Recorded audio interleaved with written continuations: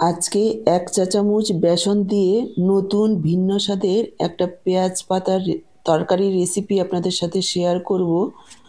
এটা রান্না করলে গরম ভাতে তো ভালো লাগবেই, সকালে কিংবা রাতে রুটির সাথে বেশি ভালো লাগবে খেতে। আর রান্না করাও একেবারে সহজ। তো চলুন দেরি না করে রেসিপিটা দেখে নেওয়া যাক। রেসিপিটা সাধারণ হলেও এর স্বাদ কিন্তু অসাধারণ। নমস্কার বন্ধুরা, আহারে বাহার রান্নাঘরে আপনাদের সবাইকে অনেক অনেক স্বাগত জানিয়ে শুরু করছি আজকের এই নতুন স্বাদের পেঁয়াজকলি বা পেঁয়াজ পাতার তরকারি। পেঁয়াজকলি বা পেঁয়াজ পাতার তরকারিটা করার জন্য দেখুন আমি 400 গ্রাম নতুন পেঁয়াজ শুদ্ধ পেঁয়াজ পাতা শিকড়গুলোকে কেটে ফেলে দিয়ে পরিষ্কার করে ধুয়ে নিয়ে চলে এসেছি। কাটার আগেই ভালোভাবে ধুয়ে নিতে হবে, তা না হলে কাটার পর এই পেঁয়াজকলি বা পেঁয়াজ পাতা ধোয়া যায় না, তাতে করে গন্ধটা নষ্ট হয়ে যায় আর স্বাদটাও নষ্ট হয়ে যায়।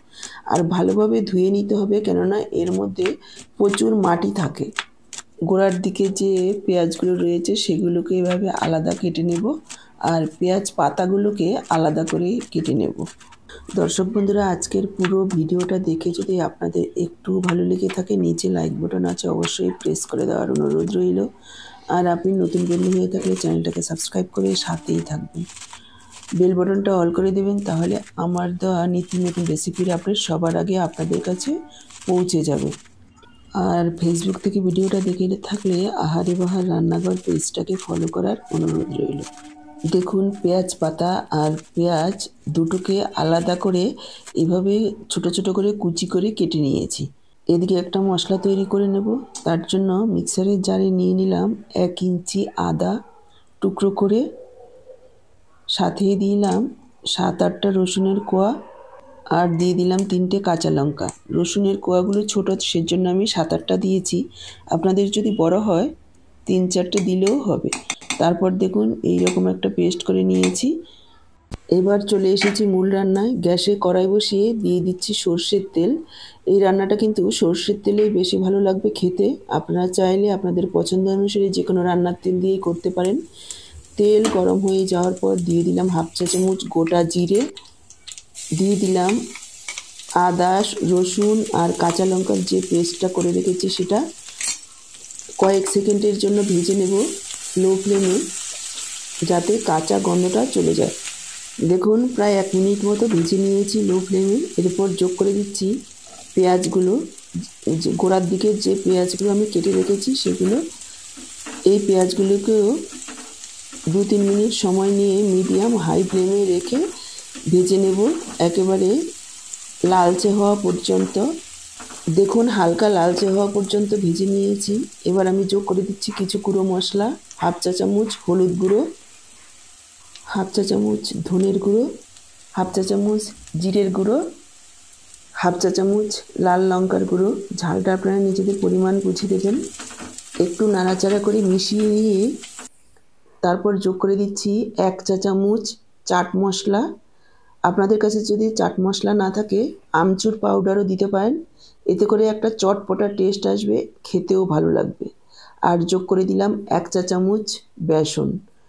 এবার গ্যাসের ফ্লেমটাকে মিডিয়াম লোতে রেখে এভাবে নাড়াচাড়া করে আরও 2 মিনিট মতো পুরো মশলাটাকে ভাজা ভাজা করে নেব, যাতে করে বেসনের কাঁচা গন্ধটা একেবারেই না থাকে। কাঁচা গন্ধ থাকলে কিন্তু খেতেও ভালো লাগবে না, আর গন্ধটাও ভালো লাগবে না। আর ভালোভাবে বেসনটাকে ভেজে নিলে আর বোঝাই যাবে না যে এর মধ্যে বেসন দেওয়া হয়েছে। দেখুন প্রায় 2 মিনিট মতো ভাজা ভাজা করে নিয়েছি। এবার আমি যোগ করে দিচ্ছি কেটে রাখা আলু। এখানে একটা বড় সাইজের আলু এভাবে ছোট ছোট করে ডুমো করে কেটে দিয়েছি, আর দিয়ে দিলাম ফুলকপি। এখানে ছোট্ট সাইজের একটা ফুলকপি এভাবে ছোট ছোট করে কেটে নিয়েছি। কেটে গরম জলে ভিজিয়ে রেখেছি 5 থেকে 6 মিনিট। তারপর ভালোভাবে ধুয়ে নিয়েছি। এবার দিয়ে দিলাম সমস্ত সবজিগুলো একসঙ্গে আরও 2-3 মিনিট এভাবে ভাজা ভাজা করে নেব। নাড়াচাড়া করে মিশিয়ে নিয়ে দিয়ে দিচ্ছি পরিমাণ মতো লবণ, দিয়ে দিচ্ছি একটা কাঁচা টমেটো এভাবে পাতলা পাতলা করে কেটে দিয়েছি। আপনারা চাইলে পাকা টমেটোও দিতে পারেন। হাই ফ্লেমে নাড়াচাড়া করে এভাবে একটু ভাজা ভাজা করে নিয়ে ঢেকে দেব 4-5 মিনিটের জন্য। ঢাকা দেওয়ার পর গ্যাসের ফ্লেমটাকে মিডিয়াম লোতে করে দেব। এতে করে সবজির থেকে যে জলটা বের হবে সেই সবজির জলেই সবজিগুলো সেদ্ধ হয়ে যাবে। দেখুন ঢাকা দিয়ে 4-5 মিনিট রান্না করে নিয়েছি। খুব সুন্দরভাবে সমস্ত সবজি সেদ্ধ হয়ে গেছে। দেখুন একবার দেখিয়ে দিচ্ছি। আলু, ফুলকপি খুব সুন্দরভাবে সেদ্ধ হয়ে গেছে। এবার আমি যোগ করে দিচ্ছি কেটে রাখা পেঁয়াজ পাতা। আরও একবার সব কিছু একসঙ্গে মিশিয়ে নেব ভালোভাবে মিশিয়ে নেওয়ার পর আবারও ঢেকে দেব 4-5 মিনিটের জন্য। লো ফ্লেমে এভাবেই ঢেকে ঢেকে রান্নাটা করতে হবে। এই তরকারিটার মধ্যে কিন্তু একটু জল দেব না, জল ছাড়াই ঢেকে ঢেকে রান্না করব। দেখুন ঢেকে ঢেকে আরও 4-5 মিনিট রান্না করে নিয়েছি। এবার ঢাকাটা তুলে আরও কিছুক্ষণ মিডিয়াম ফ্লেমে এভাবে নাড়াচাড়া করে একটু ভাজা ভাজা করে নেব, আর জল যে ভাবটা রয়েছে সেটা শুকিয়ে নেব। এখানে আমি যোগ করে দিলাম 1 চা চামচ চিনি। মিষ্টি অবশ্যই একটু দেওয়ার চেষ্টা করবেন যদি পছন্দ করেন, আর অপছন্দ করলে স্কিপ করবেন। একটু মিষ্টি দিলে খেতে ভালো লাগবে। যেহেতু কাঁচা টমেটো, চাট মশলা দেওয়া হয়েছে, একটু মিষ্টি দিলে একটা চটপটা মুখরোচক টেস্ট আসবে। এতে করে খেতে ভীষণ ভালো হবে। বন্ধুরা একবার হলেও এই রেসিপিটা যেভাবে রান্না করলাম খেয়ে দেখবেন, আপনাদেরও ভীষণ ভালো লাগবে। এখানে আমি যোগ করে দিলাম 1/2 চা চামচ গরম মশলার গুঁড়ো। আরও একবার মিশিয়ে নেব।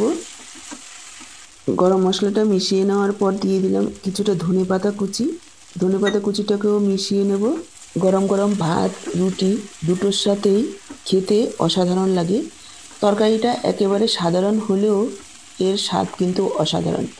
ঢাকা দিয়ে 5 মিনিট রেখে দেবো স্ট্যান্ডিং টাইমে, যাতে করে গরম মশলা ধনেপাতার গন্ধটা ভালোভাবে মিশে যায়। 5 মিনিট পর ফিরে আসছি। 5 মিনিট পর দেখুন, দেখেই বুঝতে পারছেন যে কতটা লোভনীয় হয়েছে। আমি এবার সার্ভ করে দেব। দেখে যতটা লোভনীয় মনে হচ্ছে খেতে তার থেকেও অনেক বেশি টেস্ট হয়েছে। তাহলে আজকের পুরো ভিডিওটা দেখে আপনাদের কেমন লাগলো কমেন্ট বক্সে জানাতে ভুলবেন না। ভালো লাগলে অবশ্যই একটা লাইক করবেন, প্রচুর শেয়ার করবেন, আর আপনি নতুন বন্ধু হয়ে থাকলে চ্যানেলটাকে সাবস্ক্রাইব করে সাথেই থাকবেন। বেল বাটনটা অল করে দিলে আমার দেওয়া নতুন রেসিপির আপডেট সবার আগে আপনাদের কাছে পৌঁছে যাবে। আজকে এই পর্যন্ত, আবার দেখা হবে এইরকমই নতুন কোনো রেসিপির সাথে। সবাই ভালো থাকবেন, সুস্থ থাকবেন। ফেসবুক থেকে ভিডিওটা দেখে থাকলে আহারে বাহার রান্নাঘর পেজটাকে ফলো করার অনুরোধ রইল।